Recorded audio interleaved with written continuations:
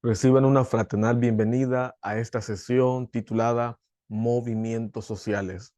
El objetivo principal es poder presentar a los movimientos sociales como esa fuerza activa y colectiva que permite incluir a ciertos sectores que tradicionalmente o históricamente son aislados de la sociedad. El tema principal es movimientos sociales, la estructura de la acción colectiva y el material de base es de Paul Almeida, que se llama de hecho así, Movimientos Sociales.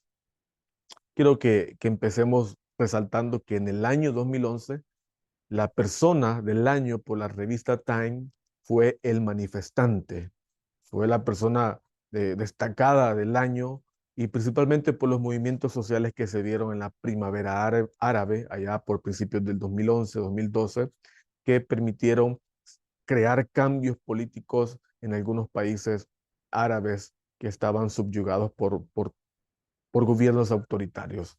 Entonces, los manifestantes, los movimientos sociales colectivos lograron cambiar o subvertir ese contexto político adverso y por lo tanto fueron declarados la persona del año, ya que los movimientos son fuerzas decisivas del cambio social, no solo de forma histórica, sino que en el mundo moderno también. Los movimientos sociales constituyen una forma de acción colectiva no institucional, producto de la incapacidad de las instituciones para reproducir la cohesión social. La cohesión social tiene que ver con ese sentimiento de pertenencia, de, de obediencia a las reglas, de respeto y armonía que tiene una sociedad. Y para lograrlo el Estado tiene instituciones. Las instituciones desde el concepto antropológico nacen en base a una necesidad, a la alimentación, a la seguridad, a la educación, a la cultura. Entonces son estas instituciones las que deben de crear cohesión social al proteger y al brindar bienes y servicios que resguarden la calidad de vida de las personas.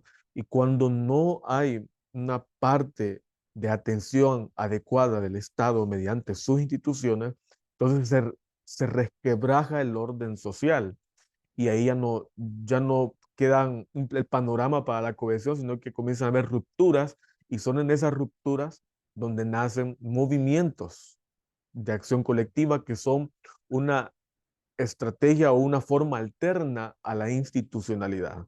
Son, digámoslo así, respuestas de este organismo social, utilizando los términos de la biología, son esas autodefensas que crea la sociedad para anteponerse a la institucionalidad. Entonces los movimientos sociales tradicionalmente surgen al margen o de forma alterna a la sociedad, producto de esa incapacidad de las instituciones para producir cohesión social, para lograr la integración social y el bienestar en los territorios.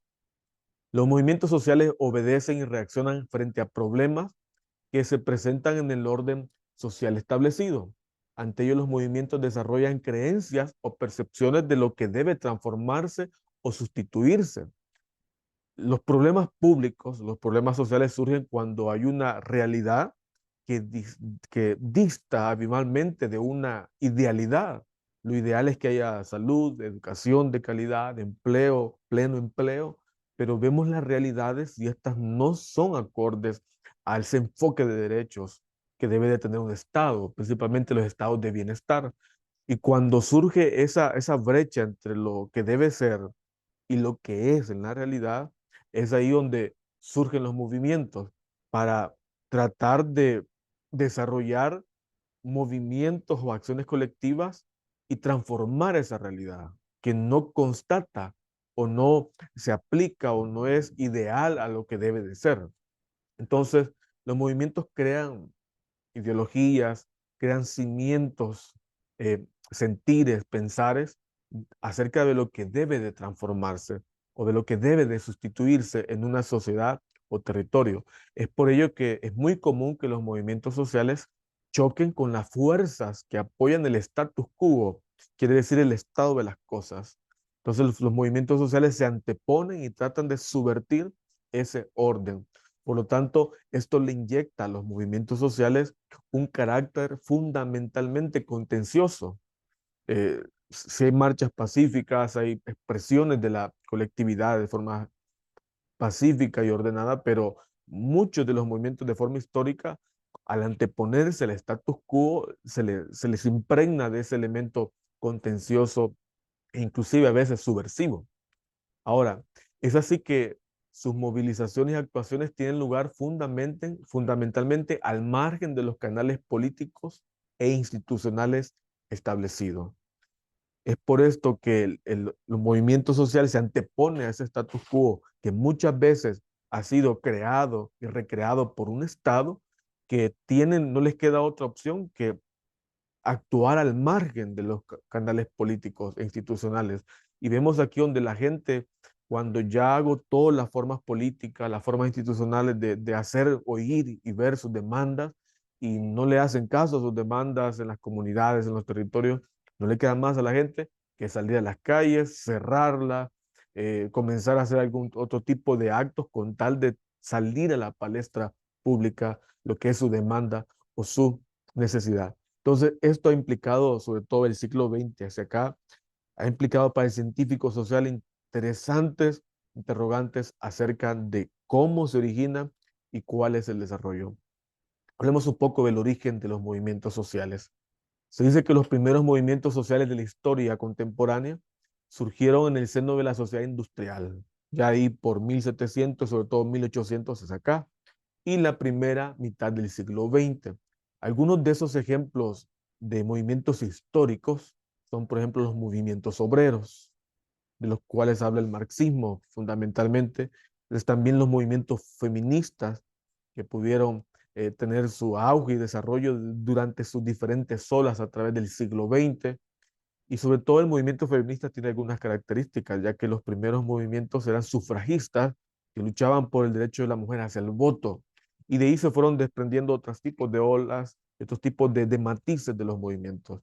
Más sin embargo, el movimiento feminista, los movimientos obreros y los trabajadores para hacer oír sus derechos, sus demandas, para poder tener mejores condiciones sociales, económicas, laborales, son de esos primeros movimientos históricos que han creado grandes cambios sociales y políticos en la historia reciente. Sin embargo, hay una tendencia que se conoce como los nuevos movimientos sociales, que de forma cronológica no son tan nuevos, mas sin embargo se les llama así a aquellos surgidos en la década de los 60 y la década de los 70. Es en esta época de los 60 y 70 que cobraron fuerza movimientos, por ejemplo, como de los derechos civiles en Estados Unidos, encabezados por figuras como el doctor Martin Luther King a favor de las poblaciones de color. Además, surgió en esta época de los 60 y 70 una segunda ola del feminismo que ya ampliaba las luchas del feminismo hacia territorios, por ejemplo, como los derechos sociales y reproductivos de las mujeres. Ahora también es el auge de movimientos como el movimiento homosexual. De hecho, se dice que la chispa que encendió este movimiento está ya por 1969 en un lugar que se llamaba Stonewall, donde estaban en un bar un conjunto de hombres con identidad homosexual y fueron reprimidos de forma brutal y ahí comenzó como esa chispa y que se ha ido extendiendo a lo largo de la historia reciente. Entonces también estos movimientos homosexuales fueron ampliándose y fueron adquiriendo otros matices e incluyendo a otras poblaciones representándose por las siglas LGBT en sus inicios, donde significa leyes, y pues, significa lesbianas, gays, bisexuales y transexuales, y esto ha ido incorporando otro tipo de poblaciones. Asimismo, movimientos como el ecologismo o ambientalismo, que ante esa evidencia palpable de la degradación del medio ambiente a través de la actuación del ser humano y de la industria, y otros tipos de movimientos y subculturas que han surgido a partir de estas épocas. Entonces, todos estos movimientos han logrado como crear cambios significativos a través de la historia. ¿Cómo estudiar los movimientos sociales? Hubo un hombre que se llamó Neil Smeltzer, que en su obra La teoría del comportamiento colectivo enuncia que los elementos que agregan valor añadido para que se desarrolle un movimiento son los siguientes.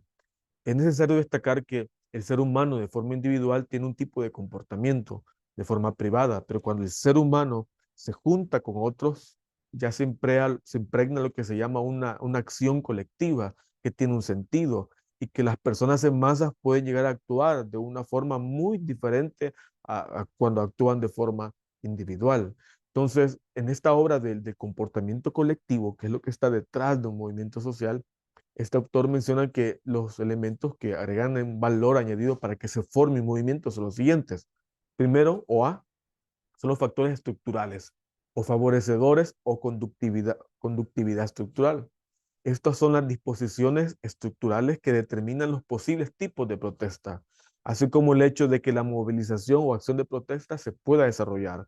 Tienen que haber aspectos que generen la chispa, y él habla de una conductividad, de que ese resentimiento social, esa inconformidad social o esa demanda social pueda tener la capacidad de correr hacia otras personas que se identifican con ellos y puedan unir intereses y puedan movilizarse. Entonces tienen que haber factores estructurales y factores de conductividad que permitan que esa misma acción colectiva se vaya irradiando hacia otras personas. Otro factor que permite que se desarrolle un movimiento es esa tensión estructural que se da por las expectativas de la población y la realidad social que hemos mencionado. Cuando las personas tienen expectativas o esperanzas de conseguir o lograr determinadas cosas y estas no se alcanzan o no se cumplen, surgen frustraciones. Y los grupos humanos o las poblaciones buscan entonces maneras de conseguirlo. Y la gente espera, por ejemplo, tener agua, tener luz, tener un empleo, que no haya discriminación, que haya salud cuando se va al hospital, que haya otro tipo de condiciones que permitan una buena calidad de vida, pero cuando esas expectativas, esas esperanzas son frustradas con la realidad cruel, entonces ahí las personas buscan tratar de hacer valer esos derechos o que se cumplan. Y es ahí donde se da este factor estructural o de tensión estructural que va tensando el ambiente, va tensando las frustraciones. El elemento E o el tercer factor está relacionado con la movilización para la acción, la cual se da siempre después de los o el acontecimiento que desencadena y consiste en nuevos elementos que dan un valor añadido al movimiento. Entonces, esta movilización surge ya después de esa chispa que inició la inconformidad, después de que esa inconformidad se irradia a otras personas y de esa realidad no cumplida. Entonces, algunos valores que añaden valor a la movilización para la acción son la comunicación efectiva a través de una red social que permita realizar acciones para construir la organización que agrupa a los descontentos e impulsa las demandas. Una de las claves del movimiento social es que se aleja de los movimientos dispersos o acciones aisladas de corta duración, es que los movimientos tienen una organización que se encarga de poder reafirmar esas demandas, del por qué ese movimiento social, de estar pendiente de reafirmar aquellas acciones que permitan como tener una solidez en el tiempo. Entonces, la movilización para la acción implica ya la organización de una red social que encauce las acciones para que tengan una acción estructurada. El siguiente elemento es el F, que es el fracaso del control social. Un factor final, aunque también causal en el modelo del autor Smelser, es la respuesta y capacidad coactiva y persuasiva de las agencias de control social. El tipo de respuesta que se dé por parte de la autoridad desempeña un papel fundamental en el fin de un movimiento social emergente o en la creación de oportunidades y razones para su fortalecimiento y desarrollo. Una respuesta excesiva puede generar nuevas causas y animar a otros a apoyar al movimiento. El Estado se define desde la perspectiva sociológica y de Max Weber como aquel ente que detenta el monopolio de la violencia considerada como legítima. El Estado es el único que puede ejercer violencia que es considerado como legítima, el único que nos puede expropiar, es el único que puede crear una serie de impuestos que nos guste o no, nos van a sustraer alguna parte de nuestros ingresos, es el único que puede derribarnos la casa si encuentra algo sospechoso, el único que nos puede llevar preso, en fin, el Estado tiene formas legítimas de ejercer violencia. Y cuando surgen movimientos sociales, el Estado va a utilizar esas fuerzas de control social. Y esas fuerzas de control social primero son la policía, ¿verdad? Las Fuerzas Armadas, que dependiendo de la respuesta de estas fuerzas coactivas del Estado, eso va a crear en el movimiento nuevos motivos, ¿verdad? Para poderse seguir manifestando. Porque si ante un manifestante vienen las fuerzas represivas del Estado y lo maltratan y lo encarcelan de forma injusta, pues esto va a empezar a impregnar los ánimos de las personas y probablemente hayan nuevas formas o nuevas causas de unirse a un movimiento. Y a lo mejor si la respuesta del Estado es pasiva, inclusive apoya las demandas, a lo mejor el movimiento continúe, o a lo mejor solo sea emergente y se acabe. Entonces la respuesta del Estado, sobre todo si es excesivamente violenta, puede generar nuevas causas y animar a otros a unirse a ese movimiento. Entonces, el fracaso del control social a través de una respuesta violenta al Estado puede ser otra chispa que encauce ese movimiento. Entonces, también otro autor que se llama Robert Merton, también sociólogo, él utiliza esta teoría de la tensión. De hecho, a estas tensiones que tienen los movimientos con sus demandas, el Estado queriendo reprimir o queriendo minimizar, ocultar estas demandas, se genera una tensión. A esto Robert Merton le llama teoría de la tensión. Y, y le llama a él que algunas de las reacciones violentas de la clase trabajadora de ese tiempo se debían a esa represión del Estado, pero también a ese desequilibrio entre las metas y esperanzas de progreso económico y los medios escasos para conseguirla. Entonces, eso va creando tensiones, no cumplir las expectativas, no cumplir las esperanzas, sumado a las acciones represivas del Estado, esto va tensionando los ambientes. Entonces, eh, el otro factor importante son las creencias generalizadas, los cuales, según el autor, dice que algunas creencias son bastante irracionales y primitivas y se basan más en deseos que en una reflexión racional. El surgimiento y difusión de las creencias vuelven significativa la atención estructural para los actores y les permite considerarla en forma más relevante. El autor habla de que las personas en masa no siempre actúan de forma racional. Cuando las personas están en conjunto con otras, llámele cientos o miles de personas, no siempre van a actuar de una forma coherente. Inclusive pueden actuar hasta de formas primitivas. Pero esto también está movido o cultivado por las creencias. Todo movimiento social comparte creencias. Y no estamos diciendo que todos los movimientos sociales actúen de forma irracional, no, sino que pueden tener esa característica. Más sin embargo, él habla que otra característica que permite el surgimiento de los movimientos son las creencias. Cada movimiento, cada colectividad cree en algo. Tiene un conjunto de valores, principios, que puede estar sustentados en la realidad, en las metas que no se han cumplido, en haber sido excluidos de la sociedad histórica o temporalmente, etcétera. Entonces, estas creencias que se impregnan a las personas pueden ser falaces, inventadas, o pueden ser verdaderas, o pueden ser verdades incompletas. Entonces, por eso es muy importante que los movimientos sociales sean elementos de la sociedad de forma estructuradas, no motivados por los sentires, sino motivados más por las demandas efectivas y reales. También otro factor, el factor DEX, son los factores desencadenantes, que generalmente son los acontecimientos que actúan como chispas que encienden las acciones de protesta, las cuales hacen más evidente la tensión social a los ojos de los potenciales seguidores y desencadena nuevas acciones y acelera en escala el movimiento. Otro aspecto importante del surgimiento de los movimientos son estos factores que desencadenan, que son chispas para que los movimientos tomen una forma. Ahora, esto es como lo planteado, son estos aspectos que permiten el surgimiento y son un aspecto para el análisis. Cuando queremos estudiar movimientos sociales, podemos estudiar las chispas, lo que da origen al movimiento, podemos estudiar esas demandas que se dan por las esperanzas no cumplidas, podemos ver los factores conductores que permiten que ese movimiento se replique más rápido, las cuestiones territoriales, etcétera. Ahora quiero que veamos algunos conceptos básicos de los movimientos sociales. Primero son los grupos sociales excluidos, que son grupos sociales que en gran medida son grupos cuyo poder económico y político es relativamente escaso. De hecho, los movimientos surgen culturales, ambientales, de género, políticos, religiosos, ideológicos, económicos, surgen y tienen que manifestarse a la sociedad porque tienen poco poder político y casi nulo poder económico. Entonces, es ese estatus de exclusión, el estatus de exclusión es ese elemento básico que explica la forma de ese movimiento social. Entonces, los grupos que no están excluidos tienen más acceso a las élites gubernamentales y económicas para hacer oír sus voces.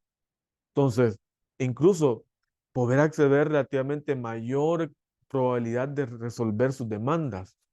Son aquellos movimientos que no tienen esos canales económicos o políticos los que no les queda otra que salir a las calles o manifestar sus intereses a través de las redes sociales, entre otras formas.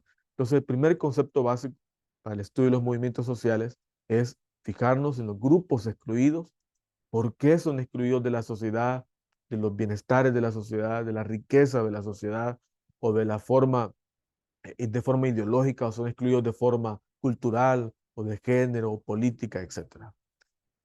Los grupos excluidos sobre la base de la raza, la posición económica, la ciudadanía o el género, entre muchos factores, carecen de un acceso rutinario al poder y por lo tanto recurren a estrategias menos convencionales para hacer valer su influencia. Otro concepto es el que se llama movilización colectiva sostenida. Los movimientos son colectivos y se sostienen durante un periodo de tiempo. Los movimientos barriales y comunitarios que actúan a nivel local suelen durar apenas unos pocos meses, porque tienden a proponerse metas específicas y de corto plazo. Por ejemplo, no hay agua y nuestra lucha y meta dura hasta que nos pongan el agua, hasta que nos recojan la basura, hasta que nos construyan una casa. Y ahí se acaba la movilización. Entonces, o está contaminada las aguas y dura hasta que hacen algún tipo de medida ambiental para poder sanear las aguas, etcétera. Las grandes movilizaciones a escala nacional probablemente necesiten someterse durante al menos a un año para que se considere un movimiento social. La sostenibilidad en el tiempo es lo que le da la característica al movimiento social de aquellas expresiones colectivas temporales o aisladas o específicas. Entonces, esto le da una característica que le da solidez al movimiento, que es su duración en el tiempo. Entonces, y esto implica un reto para los miembros porque implica conservar el ímpetu, conservar la unidad y sobre todo cuando estamos luchando por algo que vemos que no tiene respuesta corta, sino que son luchas de años. Sobre todo es aquí donde los dirigentes, los movimientos deben de crear estrategias para mantener el ímpetu y para mantener el ímpetu y para mantener la unidad. El tercer concepto es la estrategia, que son la planificación de las demandas, las metas, las tácticas, los destinatarios, así como la elección del momento oportuno para actuar. Esto forma parte de una estrategia general que guía la actividad de los movimientos sociales. Todo movimiento social que se sostiene el tiempo tiene estrategias, tiene metas, tiene tácticas para hacer escuchar su voz. Y esto es relevante porque podemos estudiar cuáles son las tácticas de los movimientos sociales para hacer cumplir sus demandas y para incluir a otros actores. Número cuatro, las coaliciones. Los actores colectivos a menudo se alían con otros para extender la movilización a regiones o sectores adicionales de la sociedad. Cuando una colectividad se alinea al menos con un grupo más para emprender una acción colectiva, se llama coalición. Sabemos que muchas veces un movimiento determinado puede tener muy poca fuerza, por ejemplo, con movimientos indigenistas puede tener muy poca fuerza, pero si se alía con otro movimiento que tiene mayor presencia, mayor fuerza, puede hacer escuchar más sus demandas. Y esto es muy importante porque las coaliciones introducen nuevos problemas para el sostenimiento de la acción colectiva, porque ya implica negociar y tener consenso con otro movimiento social, redefinir cuáles son las metas, cuáles son los destinatarios, y esto puede desencadenar luchas internas en el movimiento o inclusive disolver rápidamente la movilización. Lo quinto es el Estado como ese ente que tiene el monopolio de la violencia considerada como legítima y de la forma del Estado y de cómo se distribuyen los territorios también puede ayudar a que crezca o a que disminuya o que se elimine un movimiento social. Y esto va a depender del Estado, de estructura administrativa, si es municipal, regional o nacional, si es un Estado autoritario, si es un Estado democrático, etcétera. Los estados ejercen una profunda influencia en la configuración de los movimientos y a veces a veces los movimientos eh, sufren un fuerte impacto cuando se cambian las políticas y las prioridades gubernamentales. Hoy movimiento social puede gozar del apremio del gobierno municipal o el gobierno nacional, pero mañana, dentro de 3 años, las prioridades de este gobierno pueden ser otras, porque hubieron elecciones, cambiaron prioridades, cambiaron fondos, cambiaron estructuras. Los municipios pueden estructurarse, los fondos pueden redirigirse a otras áreas o pueden cortarse y esto puede crear un caos en los territorios que disuelvan muchas veces a los movimientos sociales a quitarles o ese financiamiento económico o a quitarles esa importancia que tenían en la toma de decisiones. Los gobiernos represivos que prohíben la formación de organizaciones o reuniones públicas dificultan enormemente la acción de los grupos que aspiran a iniciar campañas de movimiento social. En algunos casos, la represión gubernamental incita a otros grupos a radicalizar sus demandas y su forma de acción. Al ver una respuesta represiva, puede ser que esa colectividad sea más radical. Es por eso que los estados democráticos tienden a tolerar las movilizaciones de los movimientos y se cree de forma teórica que implementa formas más blandas de represión para controlar o crear estrategias que pacifiquen ese disenso de las masas. Entonces, el tipo de estado y de reacción del estado va a incidir mucho en los movimientos sociales. ¿Cómo estudiar los movimientos sociales? Podemos estudiarlos por las acciones que permiten su formación, por sus conceptos básicos, pero también podemos estudiarlos a través de 6 niveles de acción colectiva que se han estudiado en esto de la investigación que está dirigida a los movimientos. En aras de la claridad conceptual, los académicos se encuentran útil especificar diferentes niveles de actividad de los movimientos sociales en una escala creciente, es decir, estudiar a los movimientos de acuerdo a esa intensidad de sus acciones, a ese nivel de actividad que ellos tienen, de cómo hacen oír su voz, de cómo se estructuran. Entonces, presenta 6 tipos de escalas de actividad. La primera le llama a él formas cotidianas de resistencia. Estas formas de cotidianas de resistencia son actos de disenso, de inconformidad o incumplimiento que llevan a los individuos o a los grupos pequeños a protestar contra las fuentes cercanas de esa injusticia que viven. Esto se le llaman niveles de microresistencia y se le llaman las armas de los débiles. Y son cuando en un trabajo existen, por ejemplo, algunas acciones de disidencia, de, de reclamo contra la forma del patrono, de la empresa, cuando en la comunidad existen pequeños actos de protesta, son pequeños actos que están al alcance de las personas o de grupos pequeños, porque estos tienen escasos medios disponibles para hacer oír su voz y tienen escasos medios disponibles para oponer resistencia a los maltratos que viven en contextos diarios, en el diario vivir. Por lo general, estos son grupos pequeños. Entonces, un movimiento social empieza con pequeñas formas cotidianas de resistencia en las comunidades, en el trabajo, entre otras formas de micro resistencia. Luego va creciendo esa tensión, va creciendo esa colectividad y ya se comienzan a formar movimientos locales de base. Estos ya luchan a nivel local o regional por objetivos limitados. Ya está por encima de aquellas formas cotidianas de resistencia que se dan en la casa, en la comunidad, en el trabajo, sino que ya tienen objetivos locales o regionales y ya tienen objetivos bien específicos, por ejemplo, como erradicar la contaminación local o lograr crear un sindicato en una fábrica y estos suelen contar con alguna provisión restringida de recursos internos. Los movimientos locales obtienen respaldo en su mayor parte de voluntarios individuales que viven en las comunidades cercanas. No tienen, no tienen mucho acceso a financiamiento, por lo tanto, les toca surtirse o llenarse o completarse con voluntarios. Las personas son voluntarias, hacen un uso libre de su tiempo para la causa de ese movimiento social. Pueden ser los vecinos, los compañeros de trabajo, etcétera. En muchos casos, el logro de las metas propuestas depende en gran medida de la capacidad del movimiento local para formar alianzas con otros grupos. Como es un movimiento en ciernes donde todos son voluntarios, la alianza con otro grupo va a ser fundamental. El movimiento por la justicia ambiental es una de las formas más comunes que ha adoptado la movilización local de base en los Estados Unidos y en otros países en los últimos 30 años. Luego, estos movimientos locales de base incrementan su acción, sus objetivos, su alcance y evolucionan a movimientos sociales nacionales.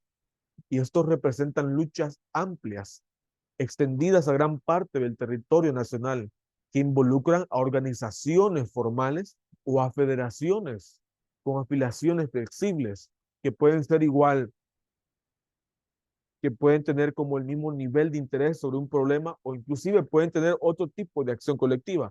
Pero ya hay movimientos sociales nacionales que tienen luchas que pueden ya incidir en la agenda pública o en la agenda de un gobierno.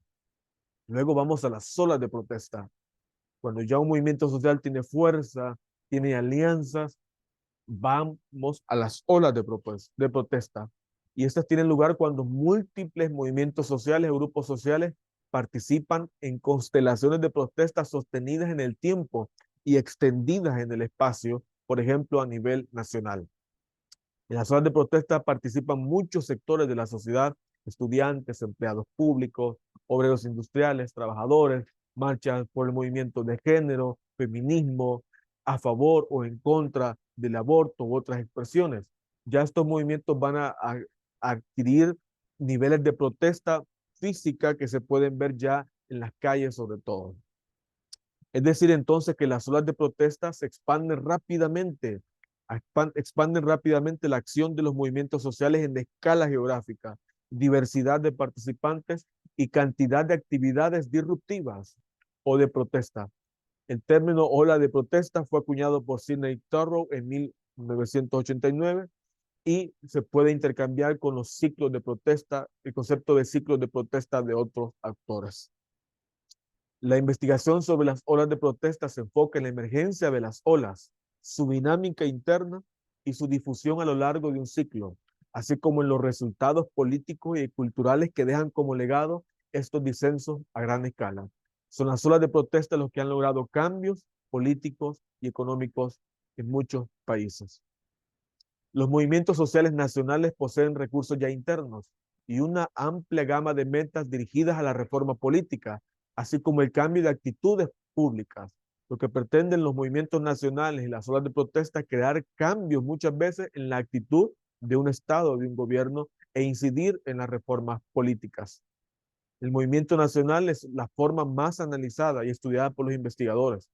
Sus ejemplos incluyen movimientos por los derechos civiles, que han abierto muchas puertas para la dignidad humana, movimiento de las mujeres o feminismo, movimientos ambientalistas, el movimiento LGBTQ+, el movimiento obrero, el movimiento por los derechos de los discapacitados, entre muchos otros movimientos que a escala nacional han logrado cambios. El siglo XXI presenció el ascenso de otros movimientos sociales nacionales, por ejemplo, el movimiento de los inmigrantes, movimientos por otros tipos de necesidades que van surgiendo en lo que es el siglo XXI.